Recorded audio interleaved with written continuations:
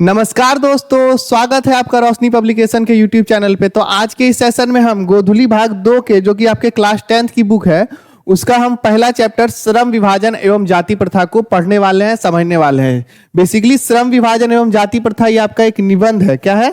निबंध है जो कि बाबा साहब डॉक्टर भीमराव अंबेडकर के द्वारा बोला जाना था, लेकिन किन्हीं कारणवश ये जो है ये जो भाषण उनके द्वारा डिलीवर नहीं किया गया। बाद में ये क्या किए, उन्हें एक बुक के फॉर्म में लिखे थे। ये एक बुक से संकलित है और फिर उस बुक का जो हिंदी रूपांतरण ये आपको इस चैप्टर में देखने को मिलेगा। इसका हम आगे बात करेंगे, किस बुक से संकलित है, कहां से लिया गया है, कहां पे बाबा साहब डॉक्टर भीमराव अंबेडकर ये भाषण देने वाले थे। लेकिन आगे सबसे पहले हम लोग इसके बारे में बात करेंगे कि आपका जो हमारा कैप्टन रोशनी पब्लिकेशन के द्वारा जो कि आपका फ्री ऑफ कॉस्ट ये पूरा यूट्यूब चैनल के जरिए आपको क्लास 10th की पूरे विषय की सभी विषयों के सभी टॉपिक के सभी चैप्टर मतलब सभी चैप्टर के सभी टॉपिक आपको जो तैयारी कराने के लिए दिए गए हैं वो सारे आपको बहुत ही पिछले 3-4 दिनों से शुरू हो चुके हैं। तो आज ही इसी श्रृंखला में हम जो हिंदी, जो कि कल से आपको सिलेबस हमने समझा दिया था, तो सिलेबस में हमने आपको बताया था कि 45 मार्क्स के जो होते हैं वो आपके हिंदी बुक से आते हैं। कहां से आते हैं? हिंदी बुक से आते हैं, जो कि आपका 2 बुक है क्लास 10th में, गोधुली और वर्णिका। तो उसी में हमारा जो गोधुली का जो पहला चैप्टर है जो कि श्रम विभाजन एवं जाति प्रथा, 12 पद्य खंड 12 गद्य खंड, तो ये गद्य खंड का है पहला चैप्टर श्रम विभाजन एवं जाति प्रथा, जिसको आज हम पढ़ने वाले हैं और समझने वाले हैं। तो सभी चैप्टर में क्या है, आपका लेखक परिचय है। तो हम लोग सबसे पहले लेखक परिचय से ही शुरुआत करेंगे। क्या लेखक परिचय है? लेखक परिचय, चूंकि देखिए इस चैप्टर के जो लेखक है उन्हें परिचय की, वो किसी परिचय के मोहताज नहीं है, उन्हें परिचय की आवश्यकता ही नहीं है।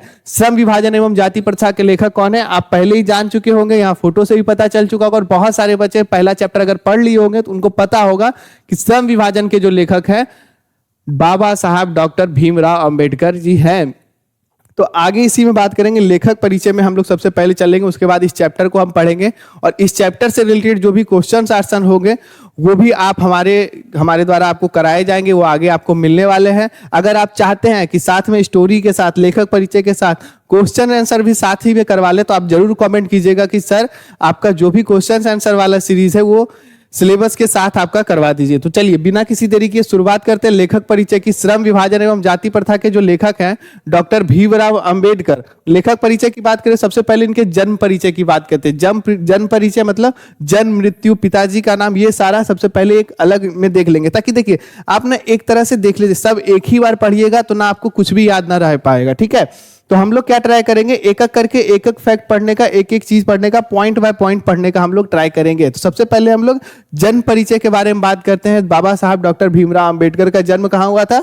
मध्य प्रदेश के महू में हुआ था। कहाँ हुआ था? मध्य प्रदेश के महू में बाबा साहब डॉक्टर भीमराव अंबेडकर का जन्म हुआ था। 14 अप्रैल 1891 ईस्वी में मध्य प्रदेश के महू में एक दलित परिवार में बाबा साहब डॉक्टर भीमराव अंबेडकर का जन्म हुआ था। आगे बात करेंगे, इनके पिताजी का नाम रामजी मलोंजी सकपाल था। इनके पिताजी का क्या नाम था? रामजी मलोंजी सकपाल। सब लोग एक साथ बोलेंगे। अगर आप ये वीडियो देख रहे हैं ना तो देखते देखते ना अपने साथ बोलिए। देखिए क्या होता है कि ऑनलाइन में बच्चे याद अच्छे से नहीं कर पाते, या फिर बहुत सारी जो शिकायतें होती है वो बस एक तरीके से होते क्या है, ऑनलाइन में बच्चे ऑफलाइन जैसे बोलते नहीं है। ठीक है, तो अगर आप ये वीडियो देख रहे हैं तो एक साथ मेरे साथ बोलते चलेंगे कि तो क्या होगा, आपका जो क्लास देखते देखते आपका सारी चीज याद हो जाएंगे, जो भी मैं यहाँ से बोलूंगा। लेखक परिचय बहुत सारा इंपॉर्टेंट होता है, आपके ऑब्जेक्टिव में 10 से 15 क्वेश्चन आ ही जाते हैं हमेशा से। ठीक है, तो इनका जन्म की बात करें, 14 अप्रैल 1891 में इनका जन्म हुआ था। मध्य प्रदेश के महू में एक दलित परिवार में हुआ था। पिताजी के नाम की बात करें तो रामजी मलोंजी सकपाल इनके पिताजी का नाम था। माता का नाम इनका भीमाबाई रामजी सकपाल इनके माताजी का नाम था।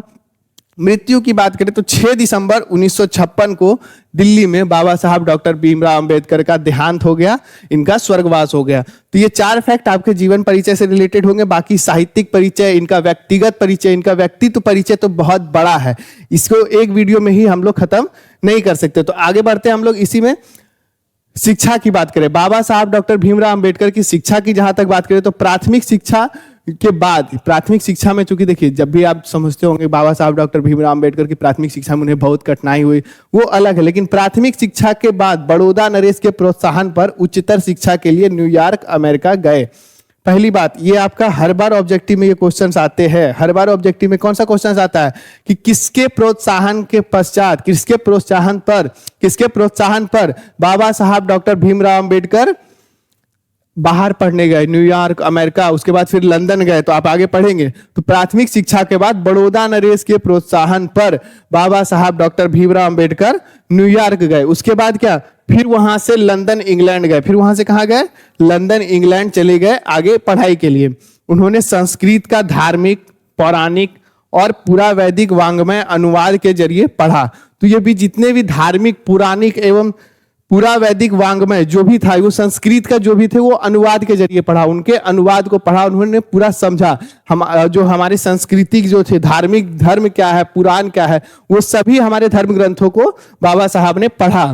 और ऐतिहासिक सामाजिक क्षेत्र में अनेक मौलिक स्थापनाएं प्रस्तुत की। ये तो किसी से अछूता नहीं है। बाबा साहब डॉक्टर भीमराव अंबेडकर के जो वो क्या इस सोसाइटी के लिए किए, इस समाज के लिए क्या किए, तो ऐतिहासिक एवं सामाजिक क्षेत्र में अनेक मौलिक स्थापनाएं प्रस्तुत की। तो उन्होंने सामाजिक एवं ऐतिहासिक स्तर पर बहुत सारे कार्य किए। तो बात करेंगे इसी में। शिक्षा में आपके 1 से 2 पॉइंट आपके स्मरणीय होने चाहिए। सबसे पहले एक तो आप बहुत ज्यादा हाईलाइटेड करके रख सकते हैं, कौन सा, बड़ौदा नरेश के प्रोत्साहन पर हुए बाहर पढ़ने गए, अमेरिका और लंदन बाबा साहब डॉक्टर भीमराव अंबेडकर पढ़ने के लिए गए। ठीक है, ये आपको ऑब्जेक्टिव में आएगा ही आएगा, ये लिख के रख लीजिए। ठीक है, आगे बढ़ेंगे हम लोग। साहित्यिक रचनाएं, बाबा साहब डॉक्टर भीमराव अंबेडकर की साहित्यिक रचनाएं। साहित्यिक रचनाओं की बात करें तो बाबा साहब डॉक्टर भीमराव अंबेडकर ने किन क्या क्या रचनाएं की, तो भीमराव अंबेडकर के ना भाषण भी बहुत प्रसिद्ध है। बहुत सारे भाषण, बहुत सारी उनकी रचनाएं बहुत ही प्रसिद्ध है। तो उन्हीं भाषण और रचनाओं की यहाँ पे बात की गई है। तो उन्हीं भाषण और रचनाओं में क्या क्या है, तो आप एक बार देख लीजिएगा, बुक में बहुत सारा। यहाँ तो मैंने 8 बुक दिखाया है आपको। तो सबसे पहले the caste in India, their mechanism, genesis and development, ये आपका बुक है। Castes in India, their mechanism, genesis and development, ये आपका पहला बुक है जो आपका बाबा साहब डॉक्टर भीमराव अंबेडकर के द्वारा लिखा गया है। तो आगे क्या है, द अनटचेबल, द अनटचेबल्स, इसी का आपका हु वेयर दे। तो आपका ये दूसरा बुक है, दूसरी रचना है डॉक्टर भीमराव अंबेडकर की। बहुत सारी सुंदर सुंदर रचना है। ये आप बुक आप ऑनलाइन भी आप ये बुक लेके पढ़ सकते हैं, ये मैंने वहीं से डाउनलोड किया। आगे हु वेयर शूद्रास, क्या है आपका, हु वेयर शूद्रास, इसमें कुछ छूटा नहीं है ना। हु वेयर शूद्रास आपका ये तीसरा रचना की बात करें। अगली रचना की बात करें तो बुद्धिज्म और कम्युनिज्म, बुद्धिज्म और कम्युनिज्म एक साथ बोलते चलेंगे तो क्या होगा, आपका जो भी लेखक परिचय होगा वो आपको याद होते जाएगा। लेखक परिचय आपको यहीं से याद होते जाएगा। दोबारा आपको सिर्फ एक बार रिवाइज करने का जरूरत होगा और उसके बाद आपको सारा चैप्टर यहीं से कवर हो जाने वाला है। आगे बात करेंगे इसी में। हाँ, the Buddha and his Dhamma, the Buddha and his Dhamma, 5वीं रचना की बात करें, बाबा साहब डॉक्टर भीमराव अंबेडकर की 5वीं रचना की, द बुद्धा एंड हिज धम्मा। आगे बात करेंगे थॉट्स ऑन लिंग्विस्टिक स्टेट, ये अगली रचना है कौन, बाबा साहब डॉक्टर भीमराव अंबेडकर की अगली रचना की बात करें, the linguistic thoughts on linguistic states. आगे बात करेंगे rise and fall of Hindu women, ये भी किसकी रचना है, भीमराव अंबेडकर जी की रचना है। आगे बात करेंगे तो सबसे ये बात करेंगे आपकी annihilation of caste, annihilation of caste, ये आखिरी जो भी रचनाएं हैं ये बाबा साहब डॉक्टर भीमराव अंबेडकर की रचनाएं हैं। और इसी में हम आगे आगे बढ़ेंगे। इसके बाद साहित्यिक, इसको पहले मैं रख देता हूं, साहित्यिक विशेषताएं, बाबा साहब डॉक्टर भीमराव अंबेडकर के साहित्य के क्षेत्र में क्या क्या विशेषताएं होती है, क्या क्या विशेषताएं हैं बाबा साहब डॉक्टर भीमराव अंबेडकर के साहित्यिक क्षेत्र में, उन्होंने क्या क्या योगदान दिए, उसके बारे में भी पढ़ेंगे। यहाँ से भी आपके ऑब्जेक्टिव क्वेश्चंस बनते हैं। लेखक परिचय से आपके ऑब्जेक्टिव क्वेश्चंस बहुत बनते हैं और सबसे ज्यादा आपका क्वेश्चंस में क्या आता है, ऑब्जेक्टिव क्वेश्चन। 50 नंबर का सिर्फ आपका ऑब्जेक्टिव होता है, तो एक बार आप उसे जरूर कवर कर लेंगे। साहित्यिक विशेषताओं की बात करें तो बाबा साहेब सभी मायने में ऐतिहासिक, मीमांसा, विधिवेता, अर्थशास्त्री, समाजशास्त्री, शिक्षाविद और धर्म दर्शन के विख्याता बनकर उभरे। अब एक चीज देख लीजिएगा, बाबा साहब सभी मायने में, यानी ऑलराउंडर, बाबा साहब सभी मायने में इतिहास, मीमांसक, विधिवेता, अर्थशास्त्री, समाजशास्त्री, शिक्षाविद और धर्म दर्शन के विख्याता बनकर उभरे। जब इन्होंने शिक्षा जाके बाहर में प्राप्त की, प्राथमिक शिक्षा, उच्चतर शिक्षा के लिए लंदन गए, इंग्लैंड गए, तो ये लंदन गए, उसके बाद न्यूयॉर्क गए, तो वहां से इन्होंने जो कि पहले आपको बताया था कि पूरे उन्होंने क्या पूरा पौराणिक, सांस्कृतिक सभी तरह की शिक्षा ग्रहण की। तो उसी में इन्होंने मीमांसक, विधेयक, विधिवेता, अर्थशास्त्री, समाजशास्त्री, शिक्षाविद और धर्म दर्शन के विख्याता बन के उभरे। बहुत ही उच्चतर शिक्षा के बाद ये धर्म के यानी सभी क्षेत्रों के अच्छे जानकार बनकर उभरे।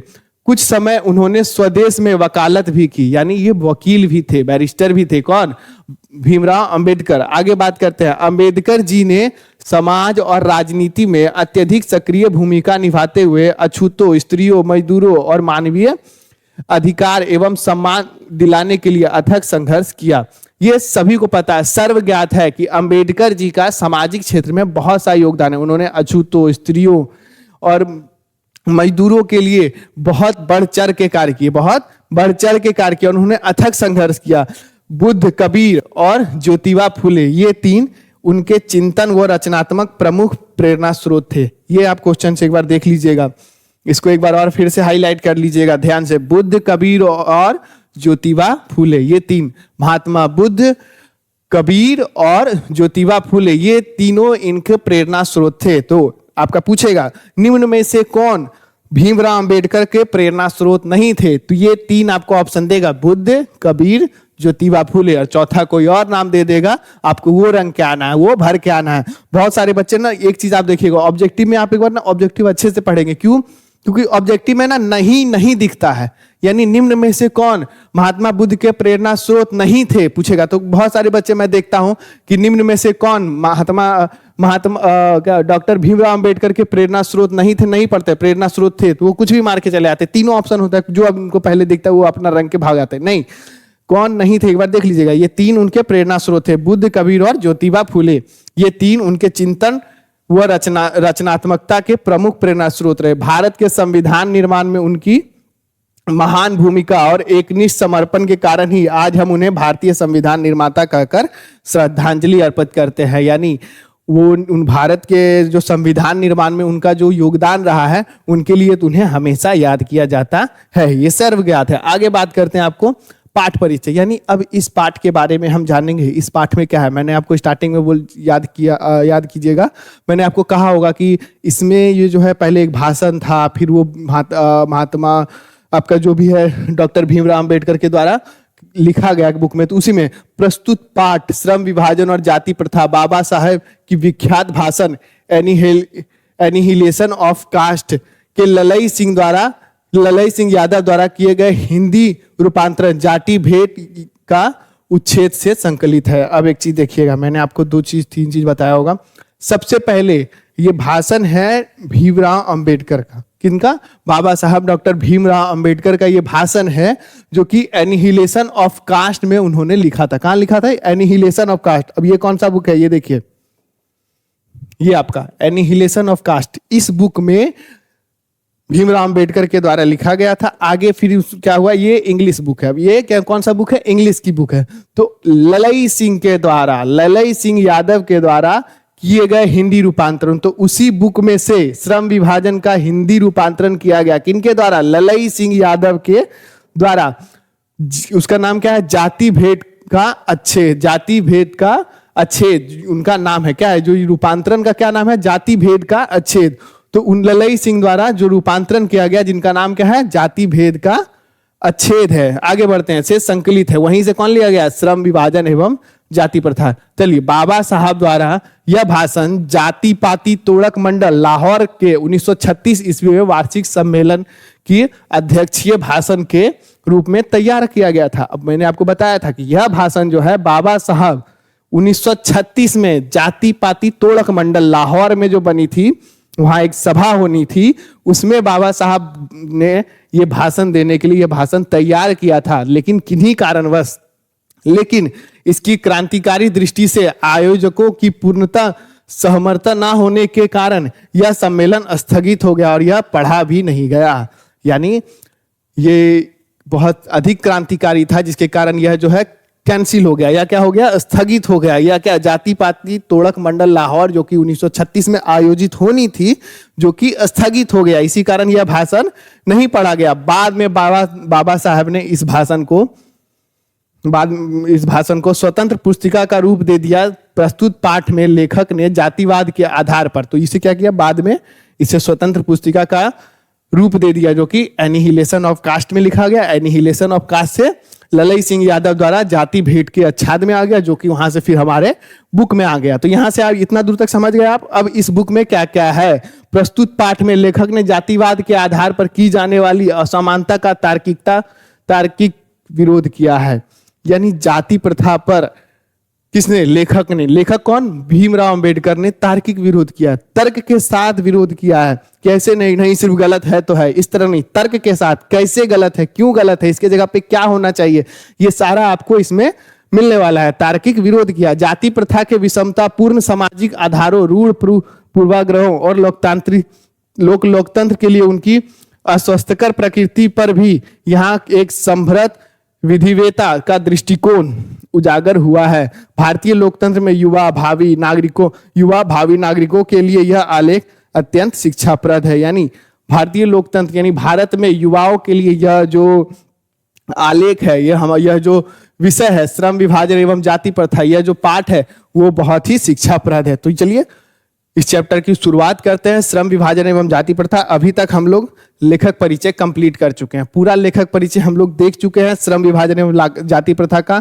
डॉक्टर भीमराव अंबेडकर के साहित्यिक परिचय, उनकी रचनाएं, सभी जहां से आपके ऑब्जेक्टिव क्वेश्चंस आ सकते हैं वो सभी हमने कवर कर लिया है। ठीक है, अब स्टार्ट करेंगे हम लोग प्रॉपर जो निबंध है।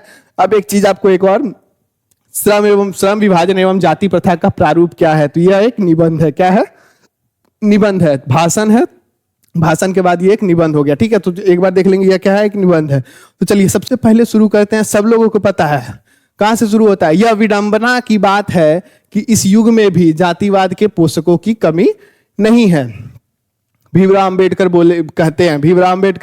कहते हैं कि यह विडंबना की बात है कि इस युग में भी जातिवाद के पोषकों की कमी नहीं है। ये बहुत परेशानी का बात है कि इस युग में भी यानी अभी के टाइम में भी जातिवाद के पोषकों की कमी नहीं है। जातिवाद मतलब क्या? हम ब्राह्मण है, तुम क्षत्रिय हो, वो वैश्य है, वो शूद्र है, तो इसके पोषकों की कमी नहीं है। अब क्यों कमी नहीं है? देखिए, इसके पोषक कई आधारों पर इसका समर्थन करते हैं। ये जो पोषक हैं, पोषक यानी इसके समर्थक, यानी इसके समर्थन करने वाले कि हाँ जाति प्रथा सही चीज है, इसको हटाना नहीं चाहिए, इसको खत्म नहीं करना चाहिए। इसके जो पोषक हैं, इसके जो समर्थक है, कई आधारों पे इनका समर्थन करते हैं। उनमें से क्या है, एक का जिक्र भी किया है। क्या? समर्थन का एक आधार यह कहा जाता है। समर्थन का एक आधार क्या है? मतलब वो जो समर्थन करते हैं किस आधार पे समर्थन करते हैं, यानी उनका भी तो कुछ तर्क होगा। क्या तर्क होता है समर्थन का? यह एक आधार यह भी कहा जाता है कि आधुनिक सभ्य समाज कार्यकुशलता के लिए श्रम विभाजन को आवश्यक मानता है। वो क्या कहते हैं कि देखिए ऐसा है कि जो सभ्य समाज यानी ऐसा समाज जिसमें सब कुछ उपस्थित हो, सब कुछ हो, यानी वहां पे हर सुख सुविधा उपस्थित हो, ये उसके लिए क्या है? कार्यकुशलता और श्रम विभाजन बहुत ही जरूरी है। कार्यकुशलता यानी देखिए हम अगर श्रम विभाजन कर देंगे ना, काम बांट देंगे ना, तुम ये कर लो, तुम वो कर लो, तो सबका काम अगर बटा होगा ना, तो वहां पे क्या होगा? सब कुछ अच्छे से होगा, सारा चीज वहां पे उपलब्ध होगा। और चूंकि जाति प्रथा भी श्रम विभाजन का ही दूसरा रूप है, इसलिए इसमें कोई बुराई नहीं है। और ये जो श्रम विभाजन है, यानी होता है ना, एक ग्रुप है हमारा, उसमें अगर सब मेंबर को एक एक काम उठा के दे दिया जाए तो वो काम जो होता है, उस ग्रुप का जो कार्य होता है वो आसान हो जाता है। इसीलिए श्रम विभाजन और जाति प्रथा दोनों एक ही है। चूंकि श्रम विभाजन और जाति प्रथा दोनों एक ही है, इसलिए इसमें कोई बुराई नहीं है। क्या है? इसलिए उसमें कोई बुराई नहीं है। ये क्या है? श्रम विभाजन एवं जाति प्रथा के जो पोषक हैं, जो इनके समर्थक हैं, वो ये बयान देते हैं कि इसमें कोई बुराई नहीं है। विषय में बाबा साहब डॉक्टर भीमराव अंबेडकर क्या कहते हैं?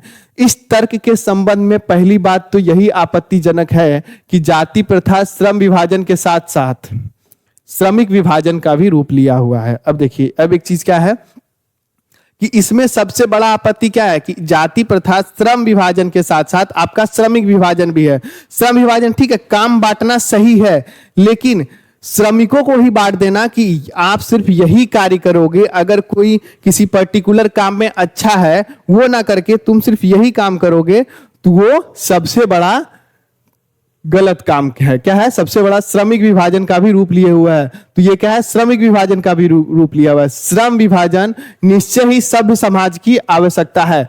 यानी ये बात सही है कि श्रम विभाजन, कोई भी चीज को अगर कार्य को किया गया है तो वो निश्चय ही सभ्य समाज की आवश्यकता है। यानी एक ग्रुप में, जैसे मैंने अभी एग्जांपल लिया है कि श्रम विभाजन के लिए कोई अगर सभी ग्रुप में अगर एक एक काम सबको बांट दिया जाए तो वो ज्यादा अच्छे से होगा, तो वो ठीक है।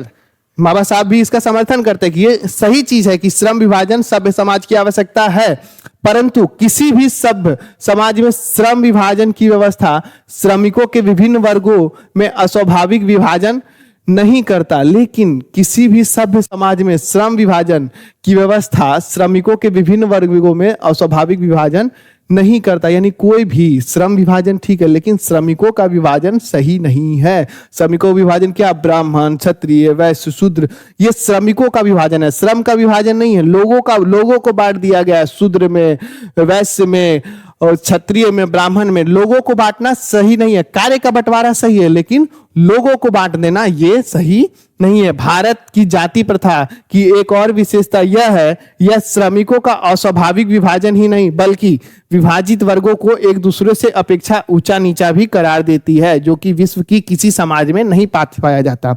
एक चीज तो ये कि आप पहले तो ये कर रहे हैं कि श्रम विभाजन को, श्रमिक विभाजन को श्रम विभाजन बोल रहे हैं कि हम अलग अलग लोगों को अलग अलग कार्य बांट रहे हैं। तो वो तो पहली चीज आप ये गलत कर रहे हैं कि आप कार्य नहीं बांट रहे हैं। आप क्या कर रहे हैं? लोगों को ही बांट रहे हैं कि ब्राह्मण को अलग कर दिए, क्षत्रिय को अलग कर दिए, वैश्य को अलग कर दिए, शूद्र को अलग कर दिए, उसके बाद एक और होता है दलित को, वो भी अलग कर दिए। लेकिन इसके अलावा भी आप क्या करते हैं? इतना बांटने के बाद क्या करते हैं? आप ऊंची नीची कर देते हैं। क्या कर लेते हैं कि ब्राह्मण सबसे ऊपर है, उसके नीचे वैश्य, उसके नीचे क्षत्रिय, वैश्य, शूद्र, फिर दलित। ये ऊंच नीच भी एक बहुत बड़ा डिफॉल्ट है। क्या है? बहुत बड़ा डिफॉल्ट है। अस्वाभाविक विभाजन जाति प्रथा की एक और विशेषता यह है कि अस्वाभाविक विभाजन ही नहीं बल्कि विभाजित वर्गों को एक दूसरे से अपेक्षा ऊंचा नीचा भी करार देती है। यानी ऊंचा नीचा भी करार देना, ये आपका दूसरा गलती, ये आपका दूसरा फॉल्ट है, जो कि अब ये क्या है? विश्व को किसी भी समाज में नहीं पाया जाता। अब ये जो विभाजन है, विभाजन ठीक है, लेकिन ये ऊंचा नीचा करार देना ये विश्व की किसी भी समाज में नहीं पाया जाता है। आगे बढ़ते हैं हमारे अगले पैराग्राफ के बीच में। जाति प्रथा को यदि श्रम विभाजन मान लिया जाए तो यह स्वाभाविक विभाजन नहीं है। अब कहते हैं कि जाति प्रथा को यदि हम श्रम विभाजन मान लेते हैं तो यह स्वाभाविक विभाजन नहीं है। क्यों नहीं है? क्योंकि यह मनुष्य की रुचि पर आधारित नहीं है। अब एक चीज क्या है? मनुष्य की रुचि पर आधारित नहीं है। रुचि क्यों? क्योंकि जो बच्चा अभी नवजात अभी हुआ ही है उसका कार्य पहले ही डिसाइड हो जाता है। तो ये क्या है? उस बच्चे की रुचि पर आधारित नहीं है। जाति प्रथा को यदि हम श्रम विभाजन मान भी लेते हैं तो यह मनुष्य की रुचि पर आधारित नहीं है। कुशल व्यक्ति या सक्षम श्रमिक समाज का निर्माण करने के लिए, कुशल व्यक्ति या सक्षम श्रमिक समाज का निर्माण करने के लिए यह आवश्यक है कि हम व्यक्तियों की क्षमता इस सीमा तक विकसित करें जिससे वह अपने पेशे या कार्य का चुनाव स्वयं कर सके। कुशल एवं सक्षम यानी अच्छे श्रमिक के लिए, अच्छे लोग के लिए, अच्छे मानव संसाधन बनाने के लिए हमारे लिए क्या जरूरी है कि हम व्यक्तियों की क्षमता इस सीमा तक विकसित करें जिससे वह अपना कार्य का चुनाव स्वयं कर सके। हम व्यक्तियों की क्षमता में विकास करें, ऐसा विकास करें जिससे व्यक्ति स्वयं अपना कार्य चुन सके, ना कि उनका कार्य पहले से डिसाइड हो। उनका कार्य पहले से डिसाइड नहीं होना चाहिए। इस सिद्धांत के विपरीत जाति प्रथा का दूषित सिद्धांत यह है कि इससे मनुष्य के प्रशिक्षण अथवा उसकी निजी क्षमता का विचार किए बिना दूसरे ही दृष्टिकोण जैसे माता पिता के सामाजिक स्तर के अनुसार पहले ही अर्थात गर्भधारण के समय ही मनुष्य का पेशा निर्धारित कर दिया जाता है। जैसे कि मैंने आपको पहले ही बताया कि गर्भधारण के समय ही मनुष्य का पेशा निर्धारण क्या हो जाता है कि गर्भधारण के समय ही जो उनके पिताजी का कार्य होता है वही बच्चे का कार्य भी मान लिया जाता है। ये कि जो कि आपका डॉक्टर भीमराव अंबेडकर के दृष्टिकोण से सही नहीं है। आगे बढ़ते हैं। जाति प्रथा पेशे का दोषपूर्ण पूर्व निर्धारण ही नहीं करती बल्कि मनुष्य को जीवन भर के लिए एक पेशे में बांध देती है। अब क्या जाति प्रथा जो है पेशे का, एक तो पेशे का निर्धारण नहीं करती, एक तो आपका क्या है कि चलिए मान लिया कि जो पिता का जो कार्य होगा वही बच्चे का भी कार्य होगा, ये तो हो गया, एक तो ये निर्धारण हो गया। उसके बाद क्या, जीवन भर उस बच्चे का वही कार्य होता है। बच्चा अगर बड़ा होके चाह के भी वो उसे बदल नहीं पाता। पेशे में, एक ही पेशे में क्या बांध देती है? कौन? जाति प्रथा। कौन बांधती है? जाति प्रथा। भले ही पेशा अनुपयुक्त या अपर्याप्त होने के कारण वह भूखे ही क्यों ना मर जाए। अब एक चीज समझ में आ रही है कि भले ही अगर उसके लिए वो पेशा अच्छा क्यों ना हो, ठीक है, जैसे कोई भी पर्सन है, किसी वो उसका जो जाति प्रथा के अकॉर्डिंग जो उसका कार्य हुआ वो उसके लिए उपयुक्त ना हो, या फिर वो उसके लिए उतनी आमदनी ना देता हो जो कि अभी आवश्यकता है। मान लीजिए किसी कहीं पे अगर कोई किसान है या फिर कुछ है जो कि किसी ऐसे कार्य को करते हैं जहां जो उस कार्य में वहां उस एरिया में मांग नहीं है, तो वहां पे उसे कम पैसे प्राप्त होंगे, वहां पे उसे कम धन प्राप्त होगा, तो उससे क्या होगा, वह अपर्याप्त, यानी उसे भोजन नहीं मिल पाएगा सही टाइम से, तो अपर्याप्त होने के कारण वह भूखे ही क्यों ना मर जाए, फिर भी उसको वही कार्य करना होगा। आगे बढ़ते हैं। आधुनिक युग में यह स्थिति प्रायः आती है क्योंकि उद्योग धंधे की प्रक्रिया व तकनीक में निरंतर विकास और कभी कभी अकस्मात परिवर्तन हो जाता है, जिसके कारण मनुष्य को अपना पेशा बदलने की आवश्यकता पड़ सकती है। और यदि प्रतिकूल परिस्थितियों में भी मनुष्य को अपना पेशा बदलने की स्वतंत्रता ना हो तो इसके लिए भूखे मरने के अलावा क्या चारा रह जाता है। डॉक्टर भीमराव अंबेडकर कहते हैं कि ठीक है, एक तो पेशा बदलने की नहीं होती है जाति प्रथा में, उसमें अभी औद्योगिकीकरण आ रहा है, क्या हो रहा है, इंडस्ट्रियलाइजेशन हो रहा है। ऐसे में अगर पेशा बदलने की स्वतंत्रता ना हो, जो कि जाति प्रथा में है आपका, कि जाति प्रथा के कारण आप अपना पेशा जो आपका पारंपरिक पेशा है वही हो सकता है, अगर उसमें अगर पेशा बदलने की स्वतंत्रता ना हो तो क्या होगा, आपका लोग भूखे मरने के अलावा क्या चारा रह जाता है। इसके अलावा लोग क्या करेंगे, भूखे मर जाएंगे अगर वो अपना आगे शिफ्ट नहीं करेंगे। तो हिंदू धर्म की जाति प्रथा किसी भी व्यक्ति को ऐसा पेशा चुनने की अनुमति नहीं देती जो उसका पैतृक पेशा ना हो, भले ही वह उसमें परंगत हो।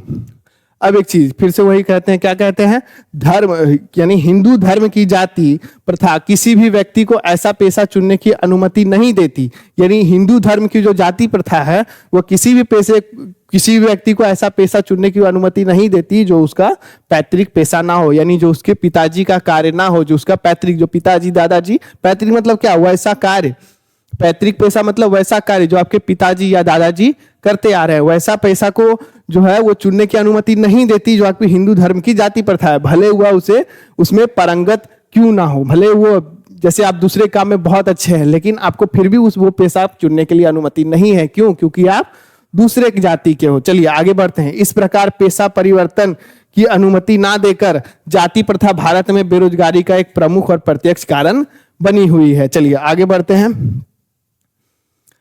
आगे इस प्रकार हम देखते हैं कि श्रम विभाजन की दृष्टि से भी जाति प्रथा गंभीर दोषों से युक्त है। तो इस प्रकार क्या देखते हैं, जाति प्रथा जो है श्रम विभाजन की भी दृष्टि से, जो आप बोले थे, जो कि सबसे पहले बाबा साहब डॉक्टर भीमराव अंबेडकर कहते हैं कि इसके पोषक ये कहते हैं कि एक सभ्य समाज के लिए जो है वो श्रम विभाजन आवश्यक है।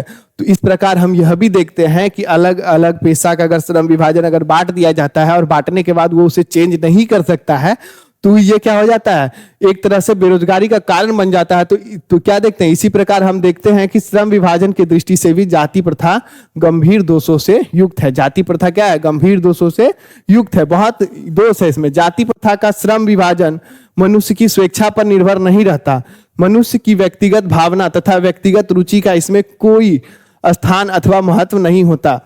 जाति प्रथा का जो श्रम विभाजन है, जो जाति के अकॉर्डिंग जो श्रम का विभाजन हुआ है, वह मनुष्य के रुचि पर आधारित नहीं होता तथा इसमें कोई मनुष्य का रुचि इसमें कोई महत्व नहीं रखता है।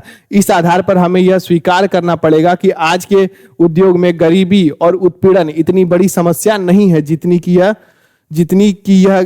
यह कि बहुत से लोग निर्धारित कार्य और अरुचि के साथ केवल व्यवस्थावश करते हैं। यानी इस प्रकार हम देखते हैं कि सबसे बड़ी जो परेशानी क्या है, जाति प्रथा और श्रम विभाजन है। जाति प्रथा जो के साथ श्रम विभाजन है, लेकिन इससे बड़ी समस्या क्या है, इससे बड़ी समस्या यह भी नहीं है क्या, आपका गरीबी और भूखमरी भी उससे बड़ी समस्या नहीं है। तो सबसे बड़ी समस्या भीमराव अंबेडकर किसे मानते हैं, जाति प्रथा को मानते हैं। किसे मानते हैं, जाति प्रथा को मानते हैं। आगे बढ़ते हैं हम लोग। ऐसी स्थिति स्वभावतः मनुष्य को दुर्भाग्यवान से ग्रस्त रहकर टालू काम करने के और कम काम करने के लिए प्रेरित करती है। अब ऐसी स्थिति जिसमें आपका मन ही नहीं लग रहा, वह कार्य जिसमें आपका मन ही नहीं लग रहा है उस कार्य को करने के लिए, तो इसमें इंसान क्या करेगा, कम से कम वो काम को टालते रहेगा या फिर अच्छे से नहीं करेगा। वो काम क्या करेगा, टालते रहेगा और अच्छे से नहीं करेगा। ऐसी स्थिति में जहां काम करने वालों को ना दिल लगता है और ना ही दिमाग, कोई कुशलता कैसे प्राप्त की जा सकती है। अब ऐसी स्थिति में जहाँ आपको काम करने की रुचि नहीं है, ना आपका जहाँ वहाँ दिल लग रहा है, ना दिमाग लग रहा है, तो वैसे में कोई व्यक्ति कार्यकुशल कैसे हो सकता है, वह कार्य को अच्छे से कैसे कर सकता है। चलिए वही बात है। अतः यह निर्विवाद रूप से सिद्ध हो जाता है कि आर्थिक पहलू से भी जाति प्रथा हानिकारक प्रथा है। अतः इस तरह हम सिद्ध कर पाते हैं, जब अच्छा व्यक्ति अच्छा से कार्य नहीं कर पाएगा, अगर शिक्षक को नाई का कार्य कर दिया जाए तो बाल अच्छा से नहीं काट सकता है, तो इसी तरह से क्या होगा, तो जब वहां से फिर भी वो बेरोजगार हो जाएगा और उससे क्या होगा, आर्थिक पहलू से भी जाति प्रथा हानिकारक प्रथा है। आगे बढ़ते हैं। क्योंकि यह मनुष्य की स्वाभाविक प्रेरणा, रुचि व आत्मशक्ति को दबाकर उन्हें अस्वाभाविक नियमों में जकड़कर निष्क्रिय बना देता है। और यह क्या करता है, जाति प्रथा क्या करती है, मनुष्य की अरुचि को, मनुष्य के स्वाभाविक, क्योंकि वह मनुष्य के स्वाभाविक प्रेरणा, रुचि व आत्मशक्ति को दबाकर उन्हें अस्वाभाविक नियमों में जकड़कर निष्क्रिय बना देती है। इससे क्या होता है, मनुष्य की कार्य कुशलता जो है वो खत्म हो जाती है, वो घट जाती है, वो फिर किसी कार्य का नहीं होता है, वो कोई भी कार्य नहीं कर पाता है। आगे बात करेंगे इसमें हम। अब समस्या में रचनात्मक पहलू को लेता हूं। मेरे द्वारा जाति प्रथा के आलोचना सुनकर आप लोग मुझसे यह प्रश्न पूछना चाहेंगे कि यदि मैं जातियों के विरुद्ध हूं तो मेरी दृष्टि में आदर्श समाज क्या है।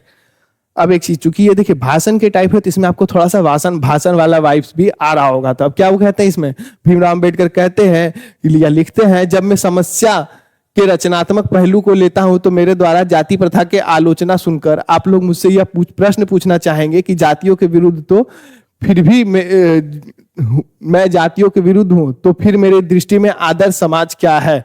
तो डॉक्टर भीमराव अंबेडकर कहते हैं कि ठीक है, हम देखिए इतना बोल रहे हैं आप लोग तो सुन रहे होंगे, समझ भी रहे होंगे, गलत भी देख रहे होंगे, लेकिन कुछ लोग बोलते होंगे कि ठीक है इतना तो बोल रहे हो, लेकिन एक बात बता, तुम ही बता दो, अगर उसको सबको अपना अपना काम नहीं बांटेंगे तो एक आइडियल समाज क्या होगा, एक आदर्श समाज क्या होगा। तो उसमें डॉक्टर भीमराव अम्बेडकर क्या कहते हैं, मेरा उत्तर होगा, मेरा आदर्श समाज स्वतंत्रता, समानता, भातृत्व पर आधारित होगा। मेरा आदर्श समाज क्या होगा, स्वतंत्रता, समानता और भातृत्व पर आधारित होगा। क्या यह ठीक नहीं है, भातृत्व अर्थात भाईचारे में किसी को क्या आपत्ति हो सकती है।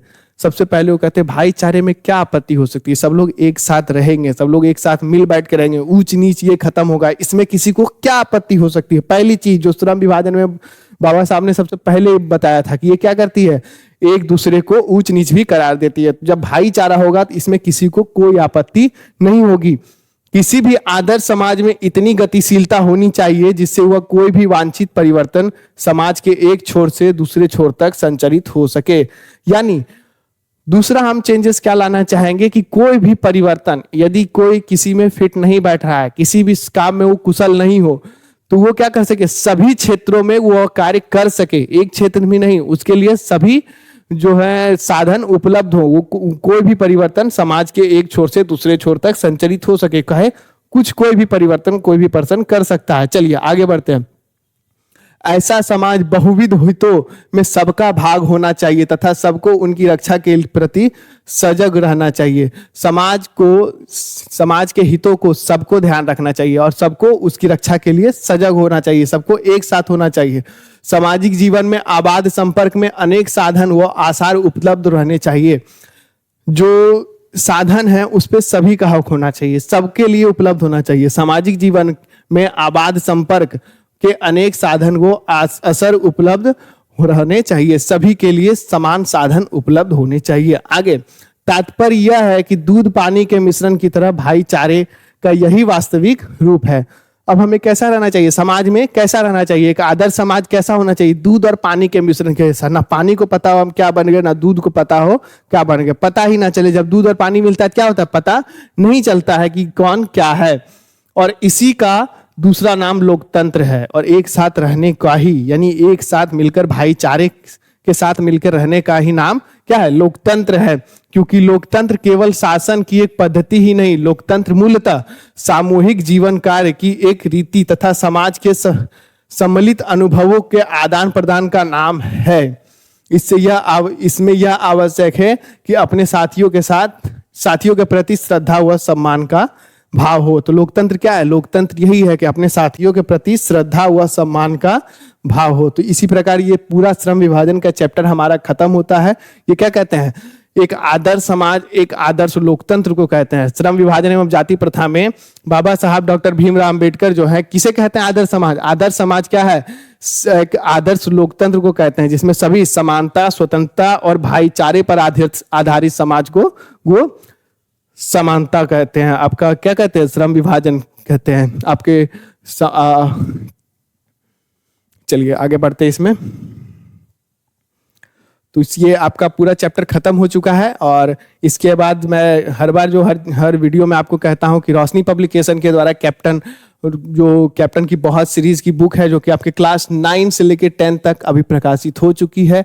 लिटरेचर की बुक जो भी आपकी है, चाहे हिंदी हो, संस्कृत हो, चाहे इंग्लिश हो, इन सब में आपको लेखक परिचय एक सेपरेट मिलेगा। फिर आपका जो स्टोरीज होती हैं वो भी मिलेंगी। इसके अलावा जो भी आपके आदर्श क्वेश्चंस होते हैं जो आपके बिहार बोर्ड में पूछे जाते हैं, इसके अलावा आपके जो बुक के क्वेश्चंस हैं उन सभी का एक आइडियल आंसर सभी बुक में आपको मिलेगा। चाहे गोधुली हो, पीयूषम, वर्णिका, गोधुली आपके क्लास 11 की दिगंत हो, क्लास 12 की दिगंत, रेनबो पार्ट 1 पार्ट 2 सभी तरह के पुस्तकें आपको हमारे ऑफिशियल वेबसाइट फ्लिपकार्ट एवं अमेजोन पे मिल जाएगी। इसे आप अपने नजदीकी बुक स्टोर से भी जाके खरीद सकते हैं। बिहार के सभी जिलों में हमारी बुक उपलब्ध है, तो एक बार आप इसे लेना चाहेंगे तो ले सकते हैं। आपके लिए बहुत ही उपयोगी बुक होगी। क्यों? क्योंकि इसमें आपका मॉडल प्रैक्टिस सेट 2026 का भी लॉन्च हो चुका है। बिहार बोर्ड में जब आपका 50 ऑब्जेक्टिव क्वेश्चंस हो तो बहुत ही आपको तैयारी मजबूत रखनी होगी। क्यों? क्योंकि ऑब्जेक्टिव के दृष्टिकोण से आपको हमारा मॉडल पेपर हर साल जो कैसे ऑब्जेक्टिव आ रहे हैं, किस चैप्टर से आ रहे हैं, किस चैप्टर का कितना वेटेज है, उसको ध्यान में रखते हुए हमारे बिहार बोर्ड के खास विशेषज्ञों के द्वारा इसे तैयार किया गया है। आप चाहें तो हमारे ऑफिशियल वेबसाइट पे जाके इसे ले सकते हैं। आप अपने नजदीकी बुक स्टोर से भी इसे परचेज कर सकते हैं अगर आप जल्द से जल्द परचेज करना चाहें तो आज के इस सेशन में इतना ही। मिलते हैं अगले वीडियो में एक अगले सेशन के साथ, एक नए वीडियो के साथ, एक नए चैप्टर के साथ। मिलते हैं अगले वीडियो में। तब तक के लिए जय हिंद, जय भारत।